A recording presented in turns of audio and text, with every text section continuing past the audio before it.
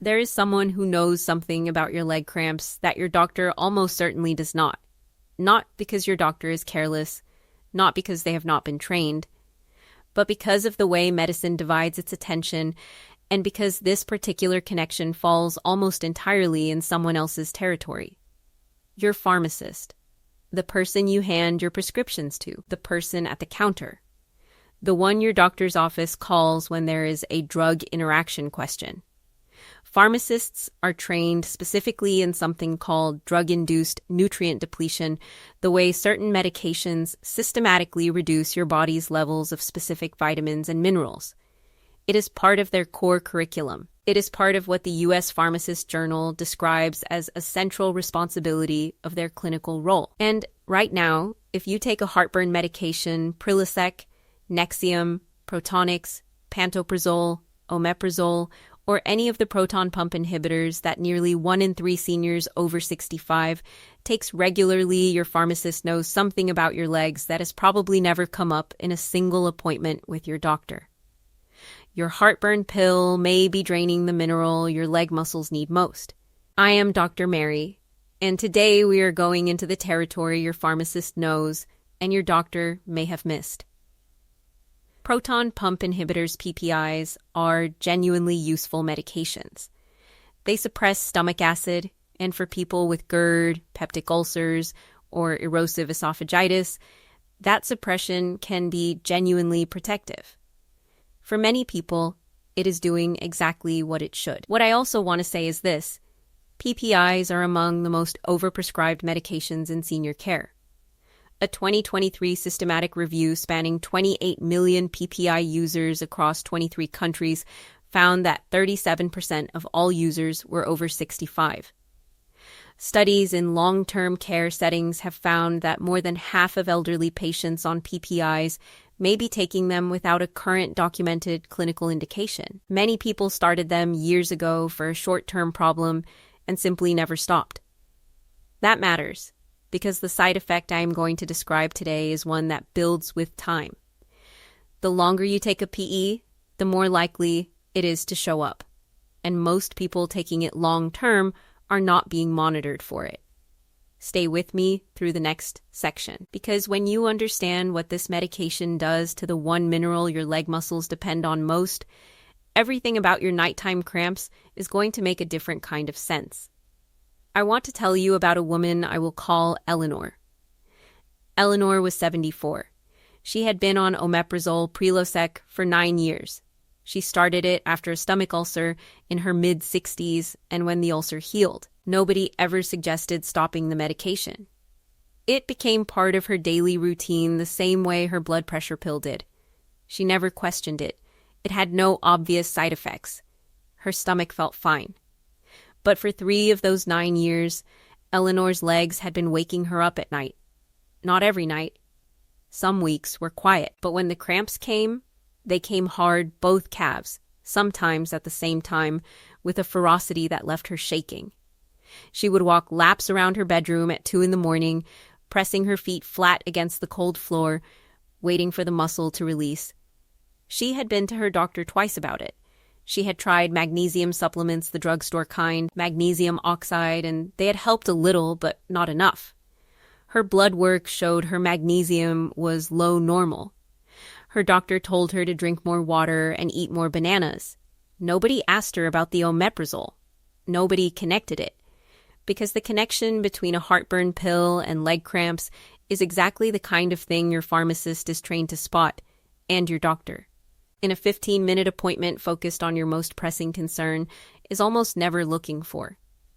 Eleanor's cramps had a cause. It was sitting in her medicine cabinet every morning next to her coffee cup. And it had been there for 9 years. Here is what Omeprazole and the other proton pump inhibitors do to magnesium and why it matters so specifically for your legs. PPIs work by blocking a pump called the hydrogen potassium ATPase pump in the cells lining your stomach. That pump is responsible for secreting acid into your stomach. Block the pump, suppress the acid. That is the mechanism, and it is effective.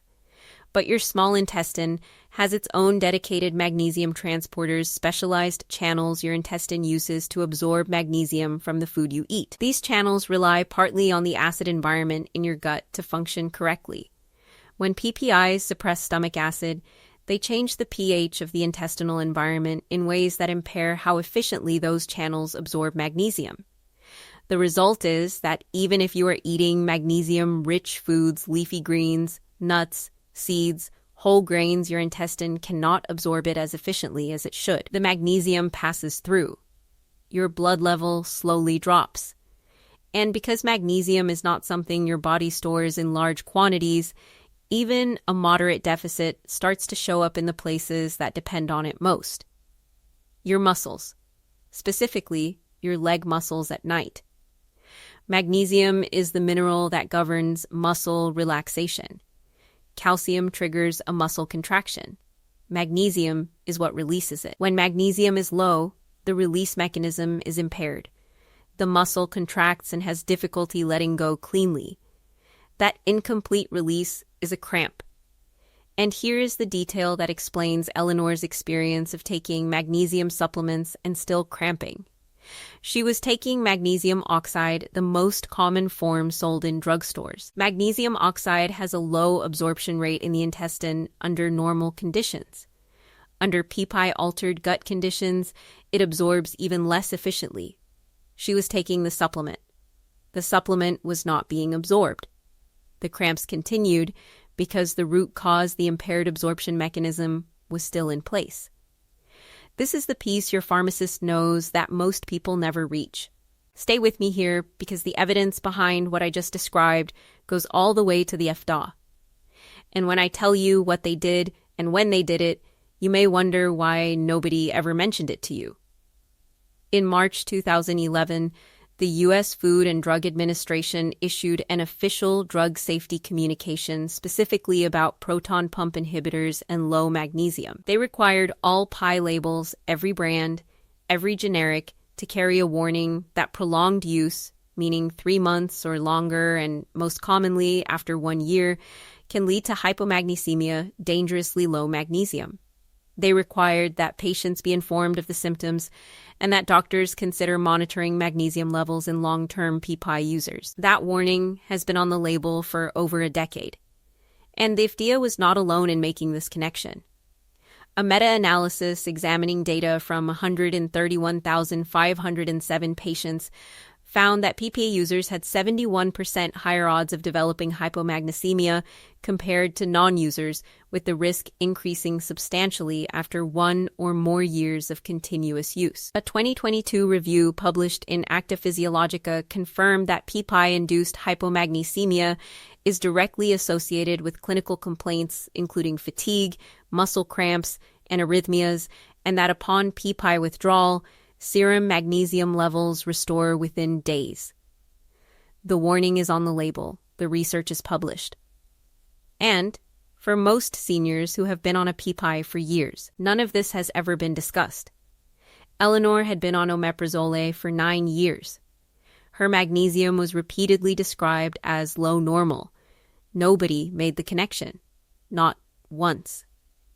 Now let me tell you what finally changed for her and what the right response to this actually looks like. Here is where to start. Ask your doctor 2 specific questions at your next appointment. First, do I still have an active clinical indication for my Ppi? Many people started a Ppi years ago for a short-term problem. If that problem has resolved, a deprescribing conversation, stepping down the dose, or switching to a less acid-suppressive alternative may be appropriate and worth exploring.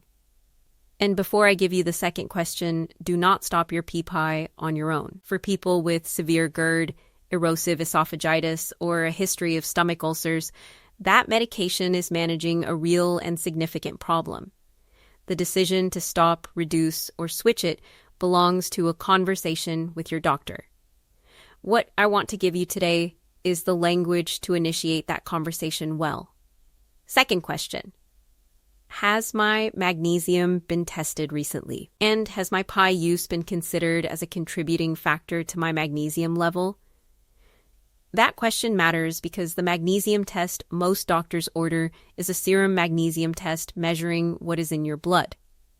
As I covered in an earlier video in this series, serum magnesium can appear low normal even when your muscles are significantly depleted because your body pulls magnesium from tissue reserves to keep the blood level stable for as long as possible.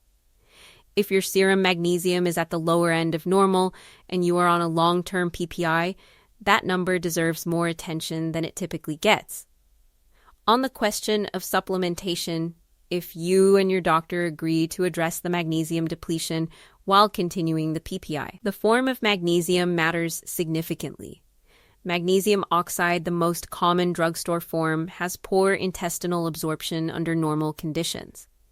In a Ppi-altered gut environment, its absorption may be even more limited. Research supports better absorption of magnesium glycinate and magnesium malate in people with impaired gut absorption, because these forms use a different absorption pathway amino acid transport channels that is not dependent on the acid-altered environment that blocks magnesium oxide. Magnesium glycinate is the form most commonly supported for people on long-term PPIs. It is gentle on digestion and uses that alternative absorption route. Research doses for magnesium repletion in this context typically range from 200 to 400 milligrams of elemental magnesium daily, taken with food. But here's the piece that matters most. If you are on a Ppi and your magnesium is genuinely low, oral supplementation alone may not be sufficient to restore your levels while you remain on the medication. This is exactly what Eleanor discovered. She added magnesium glycinate. The cramps reduced. But the fuller resolution came only after she and her doctor agreed to a deprescribing plan stepping her omeprazole down over several months, with dietary adjustments to manage her reflux, and then stopping it entirely. Within 6 weeks of stopping the Ppi, her magnesium level rose back into a healthy range on its own, without continuing to supplement. The leg cramps that had woken her 3 nights a week for 3 years stopped entirely. Her stomach was fine. Her legs were fine.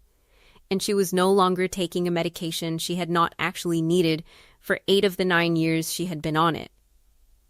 Tomorrow morning, before you take your heartburn medication, write down 2 things: how long you have been on it, and whether a doctor has confirmed in the last year that you still need it. Those 2 pieces of information are the beginning of a conversation, and that conversation may do more for your legs than any supplement you could buy. 3 things to carry with you. 1.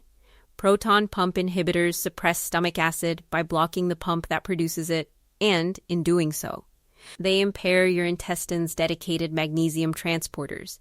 This is a documented FDA-warned side effect of long-term PPI use. The warning has been on the label since 2011. Most people taking PPIs long-term have never been told about it. 2. Magnesium governs muscle relaxation. When it falls, your muscles can contract but cannot release cleanly. That is a cramp. And if you are trying to correct a Ppi-driven magnesium deficit with magnesium oxide supplements, you may be using the wrong form for the wrong gut environment. The form matters as much as the dose. 3. If you have been on a Ppi for more than a year, you have the right to ask your doctor whether you still need it.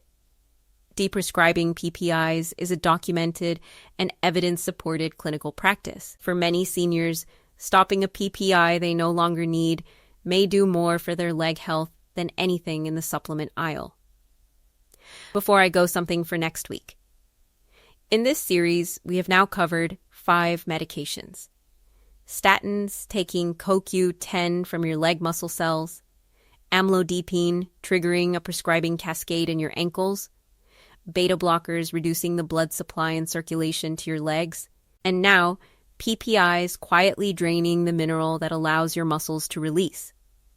Each of these has a mechanism. Each has a documented depletion or effect. And each one has been happening in plain sight in prescriptions written by well-meaning doctors, while the people taking them had no idea the connection existed. Next week, I am going to show you something a little different. Not a single medication, a pattern. Because what happens when 2 or 3 of these depletions are running at the same time, in the same person, on the same night, in the same pair of legs, is not what you might expect. The damage does not add up. It compounds. And there is one nutrient that sits at the center of that compounding effect one that nobody is testing. Almost nobody is discussing. And that may be the key to why some people's leg symptoms respond fully to what we have covered in this series, and others only get halfway there. Subscribe so you see that video the moment it goes up. Because if you have made it through this series, if you have recognized your own medications in what we have covered, that next one may be the piece that finally makes everything make sense. I will see you then. Take care of those legs.